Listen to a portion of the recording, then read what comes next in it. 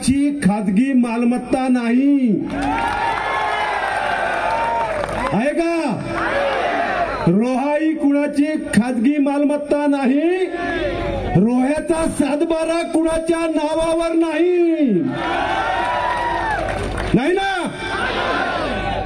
मला सकाळी एकानं प्रश्न विचारला. सकाळी सभा सुरू होण्यापूर्वी जे पत्रकार आले होते राष्ट्रीय नॅशनल मीडियाचे, त्या सगळ्या पत्रकारांनी एकच प्रश्न मला विचारला की ही पेणची जनसंवाद मेळावा ही सभा, या सभेला लोक जमतील काय? या सभेला लोक येतील काय? हा मेळावा यशस्वी होईल काय? आता पक्षप्रमुखांना असे मेळावे घेत का फिरावं लागले? त्या सगळ्या पत्रकारांना एकच उत्तर दिलं की हा जनसंवाद मेळावा आहे.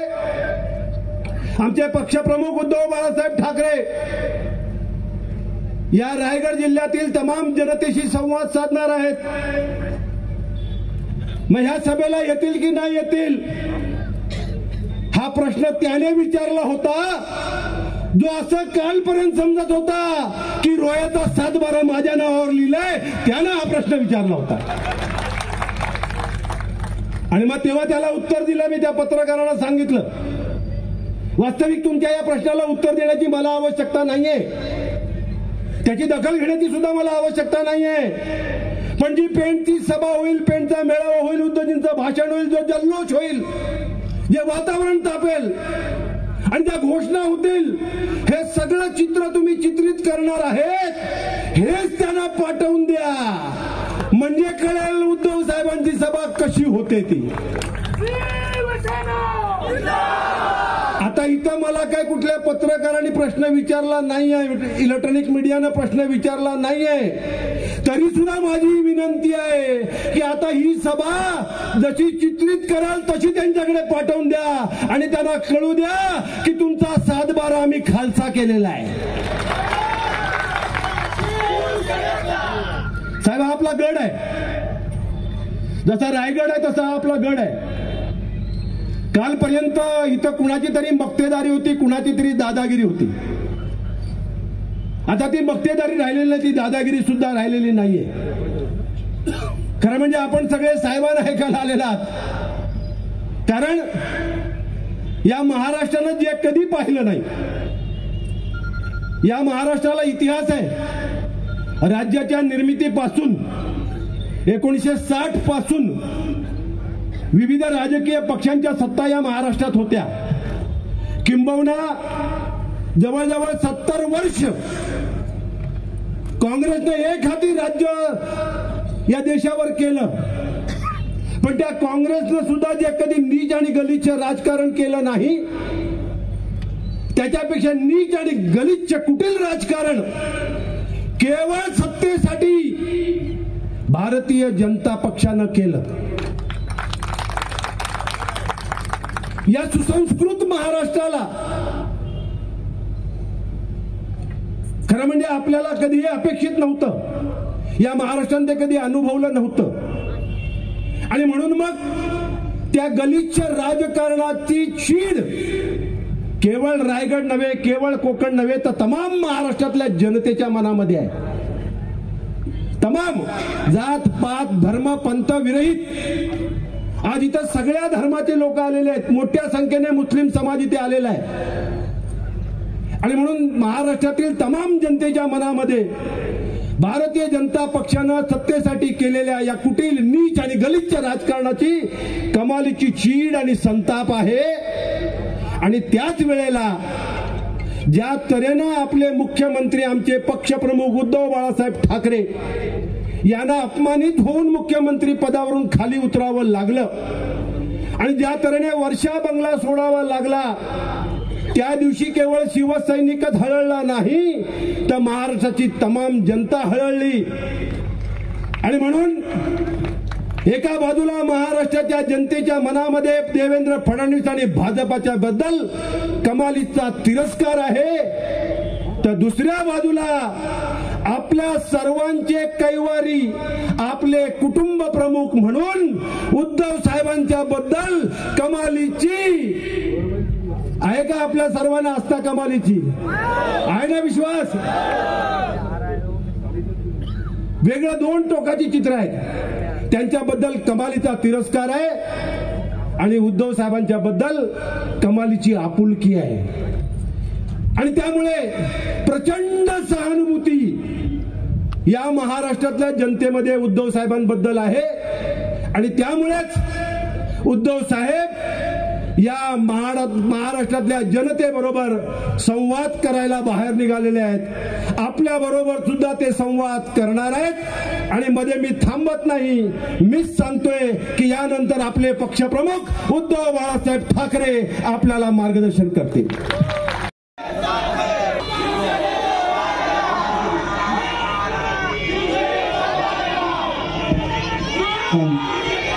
महाराष्ट्राचे कुटुंब प्रमुख श्रीमान उद्धवसाहेब ठाकरे यांचा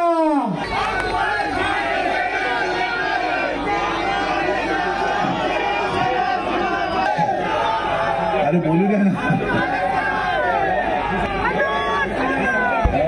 हिंदुदाई सम्राट सरसेनापती श्रीमान बाळासाहेब ठाकरे यांचा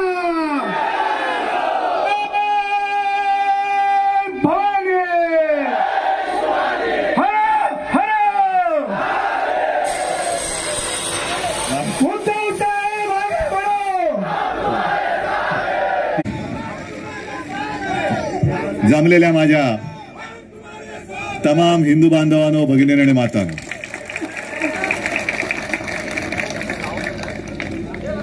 मला कल्पना आहे की इकडे आपल्यासोबत मुस्लिम समाज पण आलेला आहे. आपलं दर्शन घेण्यापूर्वी मी धावीर महाराजांचं दर्शन घ्यायला गेलो होतो, आशीर्वाद घ्यायला गेलो होतो. आणि त्या मंदिरामध्ये बोहरा समाज पण होता, जैन होते, गुजराती होते, सगळेच जण सोबत येत आहेत. याचा अर्थ असा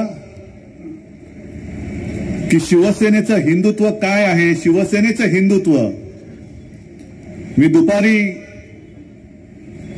आपली आधी कुठली सभा झाली, चौलच्या सभेत बोललो की आमचं हिंदुत्व हे घरातली चूल पेटवणारी आहे आणि भाजपचं हिंदुत्व हे घर पेटवणारी आहे. आम्हाला घरं नाही पेटवायची. त्यांचं जे काय राजकारण चाललेलं आहे ते आम्ही चुलीत घालणार आहोत. कारण आम्हाला घरातल्या चुली पेटवायच्या आहेत. हे नुसतं धर्माधर्मात भांडणं लावायची, समाजात भांडणं लावायची, जातीपातीमध्ये तेढ निर्माण करायची आणि त्याच्यावरती पोळ्या भाजायच्या, हे असा दारिद्र्य, वैचारिक दारिद्र्य हे आमच्याकडे नाही. मी मुद्दामून धावीर महाराजांच्या दर्शनाला का गेलो होतो, कारण तुम्हाला माहिती आहे आता की देश ज्या दिशेने चाललेला आहे आणि ज्या दिशेने देशालाही घेऊन जात आहेत, सर्व शासकीय यंत्रणा हे घरगड्यासारखे वापरतायत. मग माझा भरोसा हा तुमच्यावरती आणि धावीर महाराज आणि आपली आई जगदंबा तिच्यावरतीच आहे.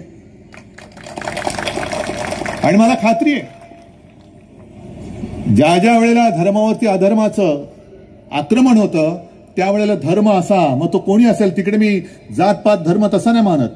देशप्रेम हा एक माझा धर्म आहे. देशप्रेमी, देशभक्त, आम्ही भक्त आहोत. पण आम्ही कोणत्याही व्यक्तीचे अंधभक्त अजिबात नाही. आम्ही आमच्या देशाचे देशभक्त आहोत. होय, आम्ही देशाचे अंधभक्त आहोत. आणि जो जो हा देश आपला मानतो तो माझा आहे, ही मला बाळासाहेबांनी दिलेली शिकवण आहे. आता या मैदानाचं तुम्ही सांगितलं उरुस मैदान, या उरुस मैदानामध्ये कडवट हिंदुत्ववादी शिवसेनेची सभा, काय कॉन्ट्रास्ट आहे. आणि त्या सभेमध्ये हिंदू आहेत, मुस्लिम पण आहेत. आणि फकीरभाई तुमच्यासारखे सगळे कडवट मराठी देशाभिमानी मुस्लिम देशात हुकुमशाही नको म्हणून माझ्यासोबत आलेले आहेत. मला ही लढाई माझ्यासाठी लढत नाहीये. माझ्यासाठी लढाई लढतच नाही, मी तुमच्यासाठी लढतोय. मगाशी तरी गीतेसाहेब तुम्ही एक मागासचं वाक्य राहिलं, कोणतं? त्यांनी दोन सभेमध्ये सांगितलं की पुन्हा उद्धवजी ठाकरे मुख्यमंत्री होणारच. थांबा. माझं ते स्वप्न नाहीये. मी त्याही वेळेला माझं हे स्वप्न नव्हतं आणि आताही नाही. माझी तळमळ जी आहे, जे मला दिसतंय ते मी बोलतोय. आणि इथे सुद्धा जसं मुस्लिम समाज आलेत, माझे गुजराती बांधव आहेत, जैन आहेत, आणखीन कोणी इतर समाजाचे असतील, काही बौद्ध असतील, वंचित आहेत, तर सर्वांना मी एकच सांगतोय की ही निवडणूक म्हणजे गेल्या 26 जानेवारीला ह्या कालच्या अनेकांनी मेसेज पाठवले प्रजासत्ताक दिनानिमित्त. मी काय त्यांना रिप्लाय देत बसलो नाही, पण मनात एकच प्रार्थना केली की पुढच्या वर्षी सुद्धा प्रजासत्ताक दिन येऊ दे. कारण यावेळेला जर का आपण चूक केली आणि नको ते पुन्हा निवडून दिले तर मला नाही वाटत या देशामध्ये प्रजासत्ताक दिन राहील. प्रजासत्ताकच राहणार नाही. आणि मग ह्याचा जर का आपण मागोवा घेतला तर अगदी जे आपल्याशी त्यांनी खेळ केला, तुम्ही बघितलं असेल ना, जनता न्यायालय बघितलं की नाही, कसा त्यांनी उफराटा न्याय दिला पाहिलं ना. म्हणजे सुप्रीम कोर्टाने काय सांगितलं होतं, चौकट काय दिली होती आणि लबाडाने काय ढोंग केलं हे तुम्ही बघितलं. म्हणजे कायदा धाब्यावरती बसून शिवसेना त्यांनी चोराच्या हातामध्ये दिली. मग आज मी नाशिकला पण आव्हान दिलं होतं आणि आज मी तुमच्यामधनच चालत आलो. तसं माझं त्यांना आव्हान आहे की तुमच्यात हिंमत असेल ना तर तिथपासून इथपर्यंत सरळ चालत येऊन दाखवा आणि मग सांगा इकडे येऊन शिवसेना कोणाची. हिंमत असेल तर करा. अरे या शिवसेनेनी, शिवसेना प्रमुखांनी पिढ्यानपिढ्या विचारांनी घडवल्या. त्या पिढ्यांमध्ये एक पिढी किंवा त्या पिढीतली काही माणसं गद्दार निघाली म्हणून शिवसेना गद्दारांची होऊ शकत नाही.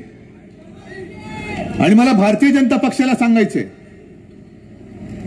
तुम्ही अंगावर येत आहे या, पण एक लक्षात घ्या की तुमच्याकडे फौज नाही, सगळे आहे ती भाडोत्री आणि गद्दारांची फौज आहे.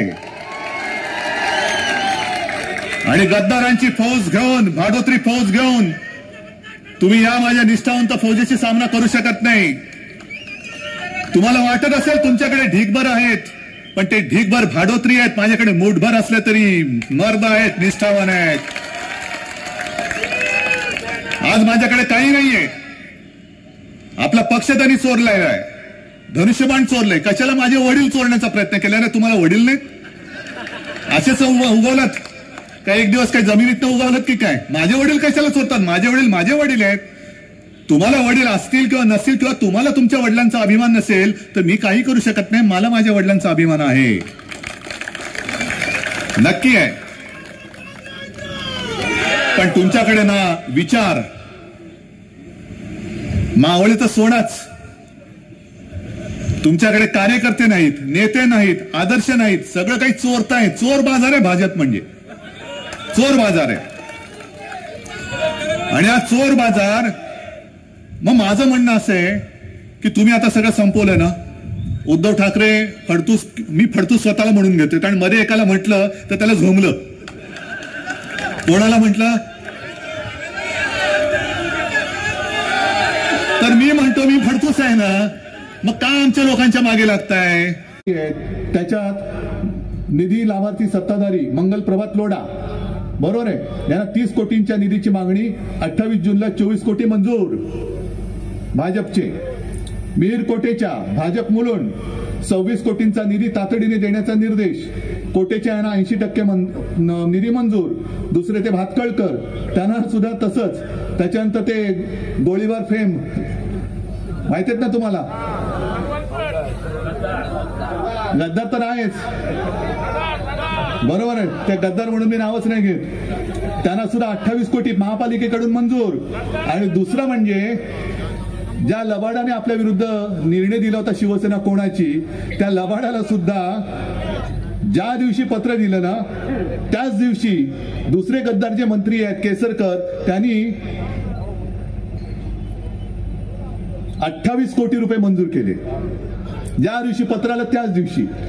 आणि मग नंतर रवींद्र वायकर, अजय चौधरी बसले तिकडे, वर्षा गायकवाड, रईस शेख यांना पत्र देऊन सुद्धा अजून एक पैसा मिळालेला नाही. अजय मिळालाय यांना एक पैसा नाही मिळाला तर ते शिवसेनेत आहेत. हे त्यांचं कौतुक, निष्ठावंत. पण हा उघड निधी वाटप घोटाळा आहे. आमदार तुमच्याकडे आले की तुम्ही त्यांना भरभरून निधी देता, आणि तो मुंबई महापालिकेचा. का राज्य सरकारकडे पैसे नाहीयेत? 50 खोके तुम्ही दिले म्हणता, मग हे खोके त्यातनं काय नाही दिले? माझ्या महापालिकेचा पैसा तुम्ही त्यांच्या उरावरती का घालता? आणि ते सुद्धा केवळ आणि केवळ तुमच्याकडे आले म्हणून तुम्ही त्यांना पैसे दिलेत. ही माझी माहिती नाही, वृत्तपत्रात आलेली माहिती आहे, बातमी आहे. आणि हा निधी वाटप घोटाळा आहे. कुठे गेले पैसे? कोणाचे पैसे? सगळी कामं त्याच्यामध्ये सुद्धा त्यांनी काही टक्केवारी काढली असेल कारण ते एकदा चटक लागल्यानंतर पुढे काय करणार? जाहिराती चालल्यात, मोठमोठ्या जाहिराती येतात ना तुमच्याकडे सुद्धा. माझ्या तर कानावर असं आलं की छोटा जरी प्रकल्प असला तरी त्याच्यात पंतप्रधानांचा फोटो टाकलाच पाहिजे, हे आदेश वरून आलेले आहेत. आणि एवढंच नाही, हे माझ्या कानावर आलंय, कन्फर्म नाही असेल कोणाला माहिती तर मला द्यावी. पत्रकारांना विनंती करतो की जाहिरात एजन्सीच्या माध्यमातून जाहिरात देणारे कमिशन काढतायत. मग हा सगळा तुमचा करदात्यांचा पैसा असे लुटतायत आणि पुन्हा तुमच्या गावागावामध्ये होर्डिंग लावून तुमचे भाग्य विधाते म्हणून तुमच्यासमोर मिरवतायत. चालते तुम्हाला? आज मला इकडे सांगा, शेतकरी काही आले असतील? बरं, जेव्हा वादळ इकडे आलं होतं, आपत्ती आल्यानंतर जी आपल्या सरकारने मदत केली होती ती मिळाली होती की नव्हती? मी अगदी इकडे सुद्धा आलो होतो, अलिबागला आलो होतो, त्याच्यानंतर दुसऱ्या टोकतेच्या वेळेला सिंधुदुर्गात सुद्धा गेलो होतो. जे जे करता येणं शक्य असेल तिकडे जातपात धर्म न बघता केला होता. करोनामध्ये सुद्धा माझी वागणूक मी तीच ठेवली होती. कारण मुख्यमंत्री आणि घटनेची शपथ घेतल्यानंतर आहे, माझे विचार माझ्याकडे आहे, मी काही हिंदुत्व सोडलेलं नाहीये, सोडू शकत नाहीये. पण आम्ही हिंदुत्व सोडलं म्हणून तुम्ही जे बोंब मारतायत त्यांना मला विचारायचं की तुम्ही 400 पार होणार होता किंवा होणार आहात तर कालपर्यंत जे नितीश कुमार संघ मुक्त भारत, संघ म्हणजे RSS मुक्त भारत म्हणत होते, ते तुम्हाला चालतात? ते हिंदुत्ववादी आहेत का? भाजपने आता हिंदुत्व सोडलेलं आहे. नितीश कुमारला घेतलं, भाजपने हिंदुत्व सोडलं, असंच मी म्हणतो. काश्मीरमध्ये त्या मेहबूबा मुफ्तींबरोबर बसला होता, तुम्ही हिंदुत्व सोडलंच होतं. बरं, ते तर जाऊनच द्या. मी नाशिकच्या अधिवेशनात सांगितलं की 1940च्या सुमारामध्ये जनसंघ 52 साली आला, पण जनसंघाचे जे एक संस्थापक होते श्यामाप्रसाद मुखर्जी यांनी स्वातंत्र्य लढ्यात उतरलेली काँग्रेस नको म्हणून त्यावेळेच्या मुस्लिम लीगला बरोबर घेऊन सरकार स्थापन केलं होतं. आणि तुम्ही आम्हाला हिंदुत्वाचे पाठ देणार? या सगळ्या गोष्टी आहेत, हे जरा डोळे उघडून बघा, कुठे चाललोत आपण. आम्ही ज्या काही योजना सुरू केल्या होत्या, 10 रुपयामध्ये शिवभोजन मिळते की नाही मिळत आता मला माहिती नाही. मिळते का? कुठे चालू आहे ना? शाबास, नाव बदललेलं नाही ना? हा, नशीब तेवढं. शिवभोजन दिलं होतं. त्याच्यानंतर यांनी एक योजना जाहीर केली होती की 5 लाख रुपयापर्यंत मोफत उपचार कुठे कुठे मिळतात? महाराष्ट्रात कुठे मिळाले? 2014 साली मोदीजींनी जाहीर केलं होतं की देशामध्ये 100 नव्या स्मार्ट सिटी उभ्या करणार. दाखवा मला 100 स्मार्ट सिटी कुठे मिळाल्या. 2 कोटी लोकांना रोजगार देणार. किती लोकांना रोजगार दिले दाखवा.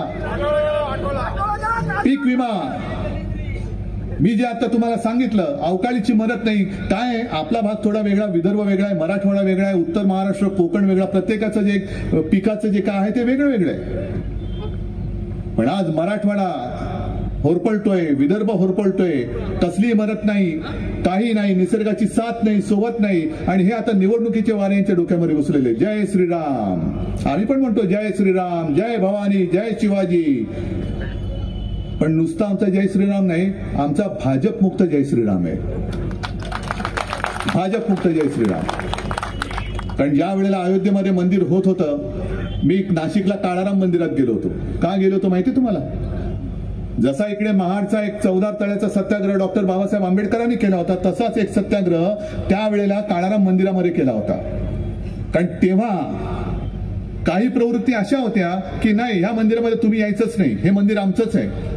आणि तेव्हा बाबासाहेबांनी एक आंदोलन केलं होतं की नाही, हा राम सगळ्यांचा आहे, जसा तुमचा आहे तसा माझा सुद्धा आहे, माझा सुद्धा हक्क आहे, मला सुद्धा त्या रामाचं दर्शन घेण्याचा अधिकार आहे. आणि म्हणून त्यांनी आंदोलन करून राम मंदिरात प्रवेश केला होता. तसंच श्रीराम सगळ्यांचा आहे, पण श्रीराम श्रीराम करताना हृदयात राम आणि हाताला काम, हे आमचं हिंदुत्व आहे. हे आमचं हिंदुत्व आहे.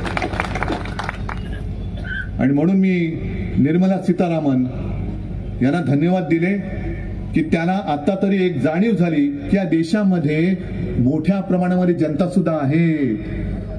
आणि या जनतेला आता जागं व्हायचंय की गेल्या 10 वर्षाचा अनुभव तुमच्या गाठीशी आहे. जर चांगला आला असेल द्या मतं, माझी काही हरकत नाहीये.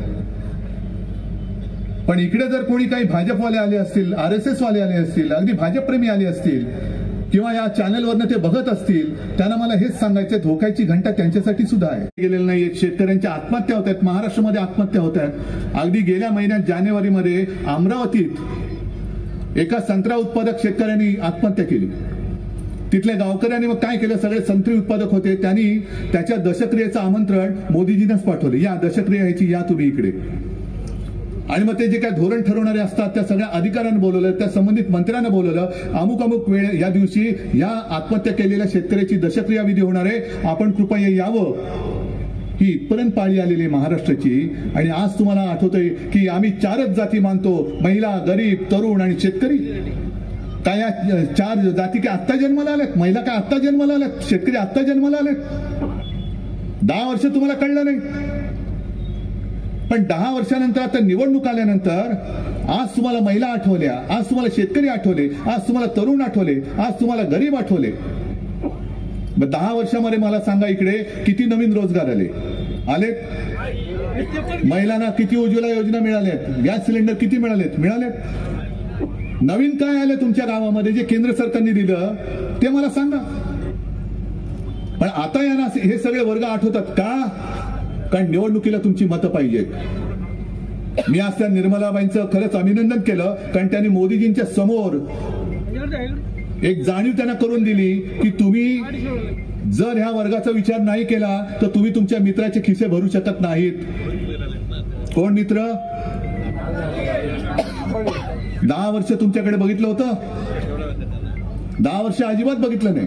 पण मित्रांसाठी जर का काही करायचं असेल तर आता ह्यांना तुम्हाला काहीतरी लालूच दाखवावीच लागेल. म्हणून सांगितलं की आम्ही आता पुढे 4 जाती नव्हती. जाती एका बाजूला महाराष्ट्रामध्ये आगी लावताय, फसवताय लोकांना, जातीचं सर्वेक्षण चाललेलं आहे, आणि इकडे तुम्ही म्हणता 4 जाती आहेत.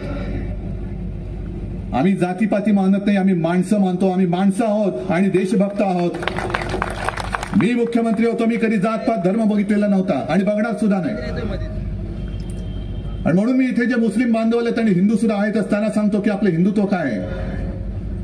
2 औरंगजेबांची उदाहरणं मी नेहमी देतो. तुम्हाला माहिती असेल, मी दसऱ्याच्या मेळाव्यात सुद्धा मागे दिलं होतं, बरेच संभाजीनगरला सुद्धा दिलं होतं.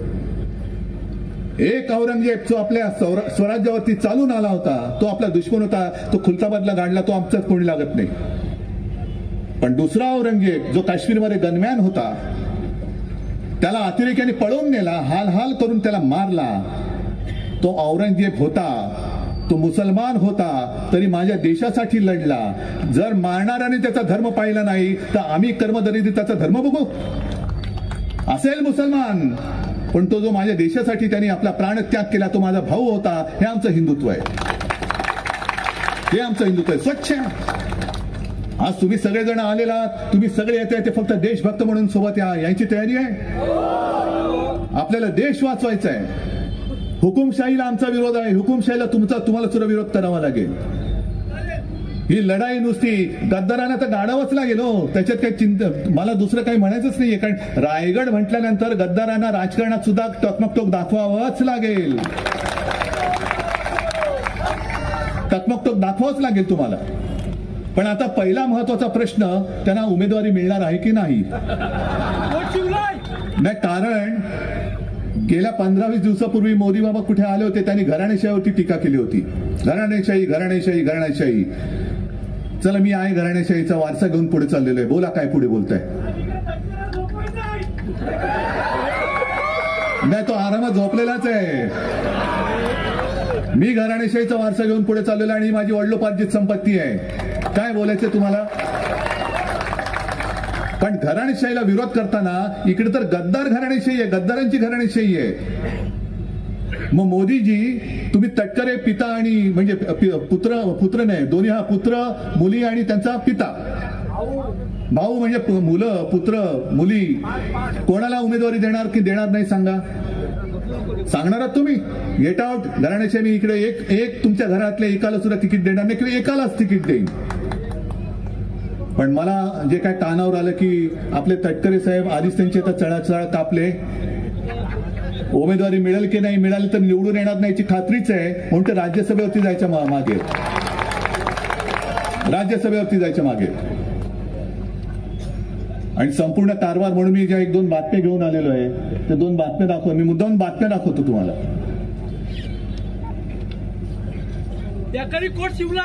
हे बघा, हे जरा टीव्ही वाल्यांनी मोठी करून दाखवा, कारण ही महाराष्ट्र टाइम्स मध्ये आलेली आहे, सामनामध्ये आलेली नाही. कारण लोकांना असं वाटतं की सामना नुसती टीका करते. टीका नाही करत, सामना डोळ्यात अंजन घालतो.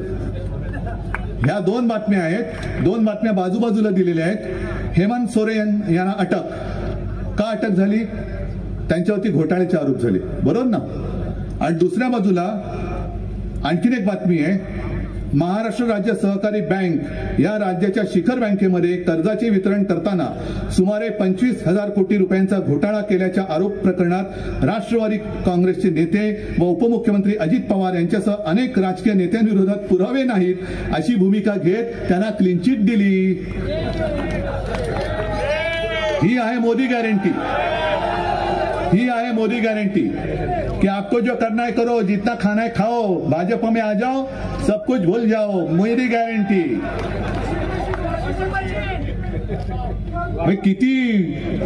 किती उघडपणाने हा सगळा कारभार चाललेला आहे आणि आम्ही नुसतं बघत बसायचं. आज हेमंत सोरेन त्यांच्याबरोबर गेले असते, नितीश कुमार सारखे, तर हेमंत सोरेनला अटक केली असती? नसती केली. पण हेमंत सोरेन लढाईला उभे राहिले म्हणून तुम्ही त्यांना तुरुंगात टाकता. नितीश कुमार तुमच्यासोबत आले म्हणून तुम्ही त्यांना घेतलं. पण त्या दिवशी आणि उद्धव ठाकरेला एकटा पाडायचा ना, आता पाडा ना. हे बघा ना काय आहे माझ्यासोबत, हे बघा काय.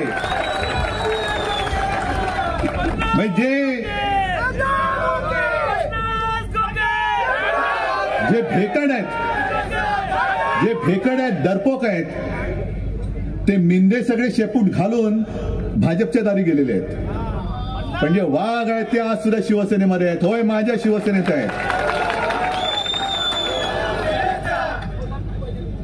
आज मी सकाळपासून माझी 3री सभा. साहजिकच आहे, आज अर्थसंकल्प जो एक तात्पुरता अर्थसंकल्प असतो त्याच्यात काय अर्थ नसतो. कारण खरा अर्थसंकल्प नवीन सरकार आल्यानंतर जुलैमध्ये येणार. पण ही जी संधी असते ती संधी फार महत्वाची असते. निवडणुकीच्या आधी ज्या काय थापा मारायच्या असतात त्या थापा मारण्याची संधी असते. आणि निर्मलाबाईंनी आज मोदी सरकारचा शेवटचा अर्थसंकल्प मांडला. याच्या पुढे मोदी सरकार देशात येणं शक्य नाही, अजिबात नाही. हे शेवटचं आहे. आणि अचानक आज त्यांना साक्षात्कार झाला. असतील इकडे काही लोक असतील की गेल्या वेळेला त्यांनी राष्ट्रवादीला मत दिलं असेल, आता त्यांनी सुद्धा गद्दारी केली, निवडून दिले त्यांनी. आणि मला वाटतं गीते साहेब तुम्ही त्यांच्याबद्दलच बोला 7-12चं. अरे आता 7-12 सोडा, हेच लोक तुमचे 12 वाजवणार आहेत. पण 10 वर्षानंतर म्हणजे एक तर काय की साधारणतः एक 90 पासून 92 साली ते बाबरीचं घडलं. मग त्याच्यानंतर राम मंदिर. अटलजींचं सरकार येऊन गेलं, राम मंदिर नाही बनवलं. आम्ही त्यांच्यासोबत होतो, गीते साहेब त्यांच्यासोबत होते, मंत्री होते. आम्ही सांगत होतो राम मंदिर बनवा, नाही बनवू शकले. मग हे मोदीजी आले. आम्हाला वाटलं होतं की एक चांगला शेर आया है, पाकिस्तान को उसी की भाषा में जवाब देंगे. आज चीन घुसतोय. म्हणजे एवढं दुर्दैव आहे की चीन घुसतोय, चीनकडे बघण्याची सुद्धा हिंमत नाही. आमच्या लोकांच्या मागे ईडी लावतायत. अरे पाठवा ना चीनमध्ये ईडी. जा त्यात चीनचं कोण आहे, चिंगपॉंग पिंगपॉंग, त्याच्याकडे पाठवा ईडी. परत येते का बघा. पण मोदी सरकार आल्यानंतर आम्ही मागणी केली होती, इकडे मुस्लिम बांधव आले त्यांनी सुद्धा जरूर आहे का, आम्ही मागणी केली होती की विशेष कायदा करा आणि राम मंदिर बनवा. बनवलं. राम मंदिराचा निकाल हा कोर्टाने दिला. मग तुम्हाला मंदिर बनवायला 10 वर्ष लागली, तोपर्यंत तुम्ही नुसते तुमचे देव घुंगवत ठेवले होते. राम मंदिर वही बनाएंगे, मंदिर वही बनाएंगे. 10 वर्ष तुम्ही राम मंदिरावरती काढली. आता सुद्धा दुसरी टर्म संपता निवडणूक जिंकायला तोंड दाखवायला जागा नाही म्हणून तुम्ही राम मंदिराचा फार्स तिकडे केलात. आम्हाला तरी अभिमान आहे, कारण राम मंदिर व्हावं ही आमची सुद्धा इच्छा होतीच, शिवसेना प्रमुखांची तर होतीच, स्वप्न होतं. पण त्याला धाडस लागतं. धाडस नाही तुम्ही केलं, कोर्टाने दिलं म्हणून तुम्ही बनवलं. जनतेने पैसा दिला, त्या पैशातनं ते उभं राहिलं. मग एवढी वर्षे गेल्यानंतर या महिन्यामध्ये जी रामनवमी येते, या महिन्यात किंवा काही दिवसानंतर त्या रामनवमीला रामाचा जन्म म्हटल्यानंतर राम लल्लाचं मंदिर त्या दिवशी का नाही केलं? 10 वर्षामध्ये काही केलं नाही. काँग्रेसने काय केलं? काँग्रेसने काय केलं? अरे काँग्रेसने काय केलं होतं ते विकून खाल्लं तुम्ही. सगळ्या कंपन्या, सगळ्या ज्या काही उभ्या केल्या होत्या, संस्था केल्या होत्या, उभ्या कंपन्या उभ्या केल्या होत्या, ते विकून खाल्ल्या आणि दाखवायला काहीच नाही. काँग्रेसने क्या किया? तो छोड दो ना. म्हणून तर काँग्रेसला घालवली होती ना आम्ही. म्हणून तर तुमच्यासोबत आम्ही काँग्रेसची लढत होतो ना. 2014 साली आम्ही असं काय पाप केलं होतं की लोकसभा निवडणुकीत आम्ही तुमच्या सोबत होतो. तुम्ही पंतप्रधान झाल्यानंतर 4 महिन्यामध्ये शेवटच्या क्षणी विधानसभेला तुम्ही युती तोडली, तर तुम्हीच तोडली, आम्ही नव्हती तोडली. एकनाथ खडसेंनी स्वच्छ शब्दात सांगितलेले की ती युती तोडण्याची जबाबदारी ही त्यांच्यावर सोपवली गेली होती. आणि मग संध्याकाळी, म्हणजे लक्षात घ्या, परवा शेवटचा दिवस अर्ज भरायचा आणि साधारणतः या सुमारास 6-6:30च्या सुमारास खडसेंचा फोन आला, उद्धवजी आता आपली युती राहू शकत नाही, आमचा युती तोडण्याचा निर्णय झालाय. आमचा म्हणजे त्यांचा झालेला आहे. काय 4 महिन्यात आम्ही धर्मांतर केलं होतं? मग पुन्हा 19 साली तेच झालं. मग आता हा जो काय तुम्ही चोर बाजार मांडलाय ते जर का शानदारपणाने आमच्या सोबत राहिला असतात तर देवेंद्रजी तुम्हाला आता पाव उपमुख्यमंत्री झालाय, ते 2.5 वर्ष पूर्ण मुख्यमंत्री झाला असतात ना. गमावलं कोणी? शिवसेनेने 2.5 वर्ष जी काय करायची होती तरी मी शिवसेनेचा मुख्यमंत्री पुन्हा करणार.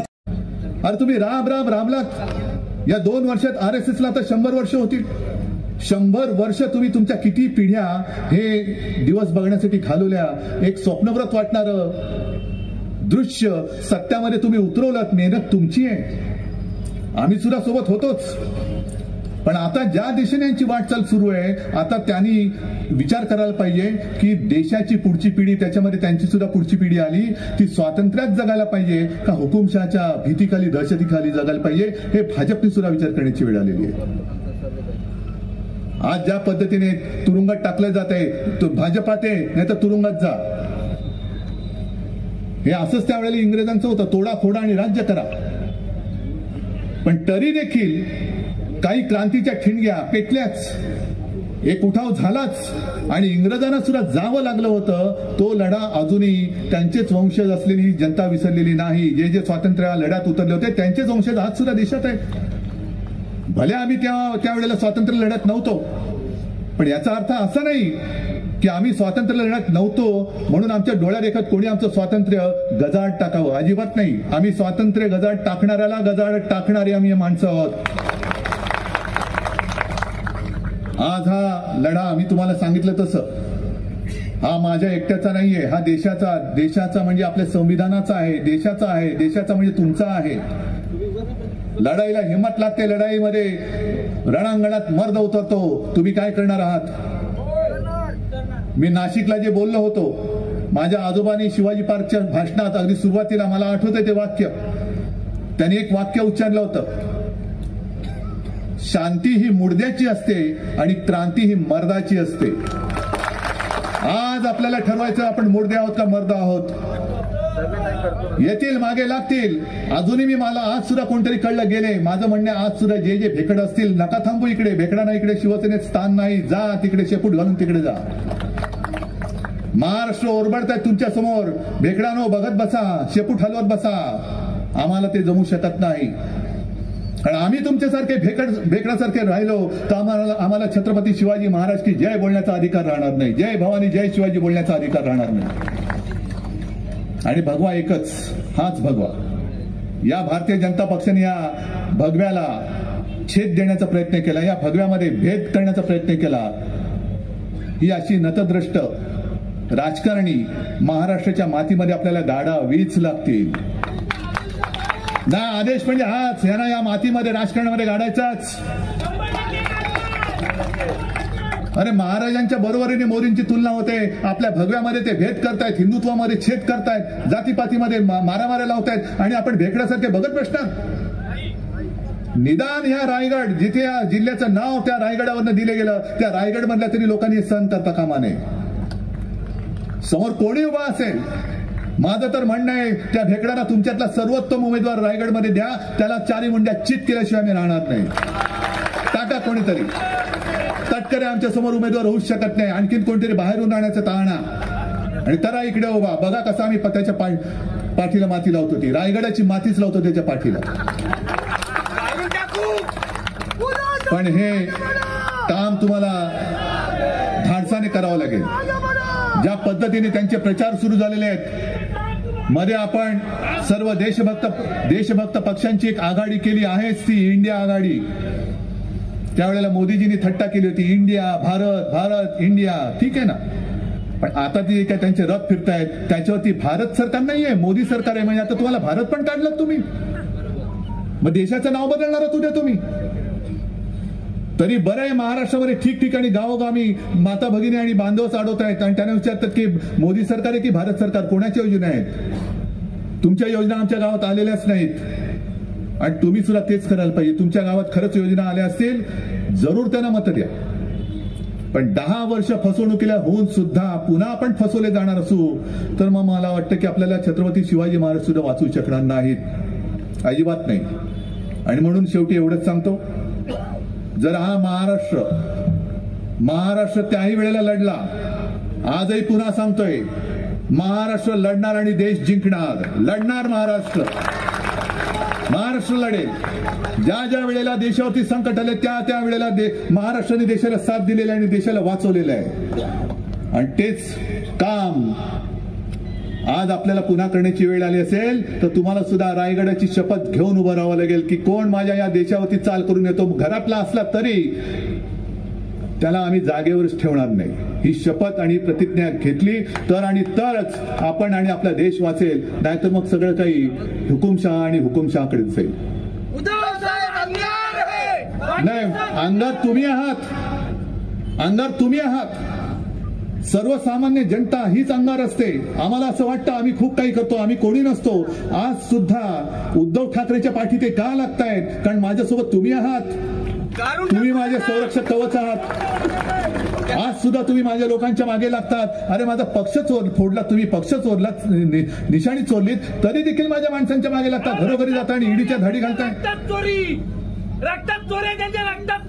म्हणजे मला तर एवढंच वाटतं की मला आता लाज वाटते की 25 वर्ष या भेकडांना आम्ही साथ दिली. भेकड होते, भेकडांना घेऊन आम्ही हिंदुत्वाचा ध्वज तिकडे फडकवला होता. पण अरे भेकडाच्या हातामध्ये भगवा शोभत नाही, या भेकडांना दूर करावंच लागेल. ते काम तुम्हाला करावंच लागेल आणि ते करणार असाल ते एकदाच हात वर करून सांगा, होय आम्ही प्रतिज्ञा घेतो, आम्ही हे काम केल्याशिवाय राहणार नाही.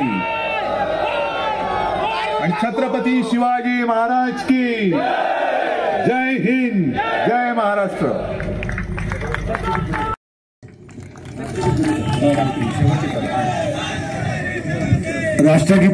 राष्ट्रगीतानं सभेचा समारोप होणार आहे.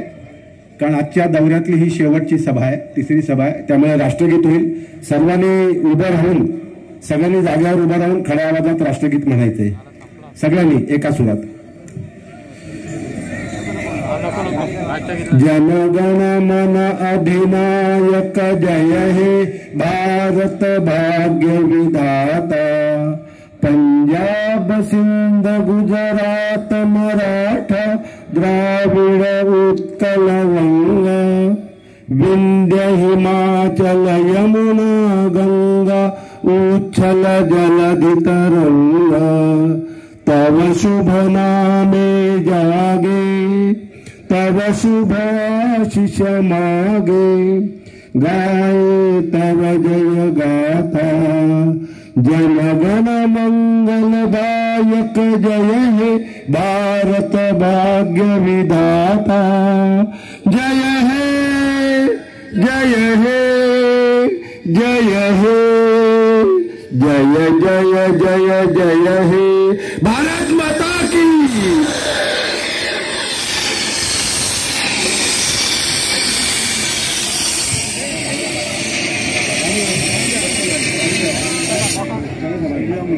कार्यानं सगळ्यांना लाख लाख धन्यवाद. एकदा जोरदार टाळ्या वाहू द्या सर्व. ताज्या घडामोडी जाणून घेण्यासाठी आजच आपल्या महाराष्ट्र वेदभूमी न्यूज चॅनलला लाईक करा, शेअर करा, सबस्क्राईब करा आणि बेल आयकॉनवर क्लिक करायला विसरू नका.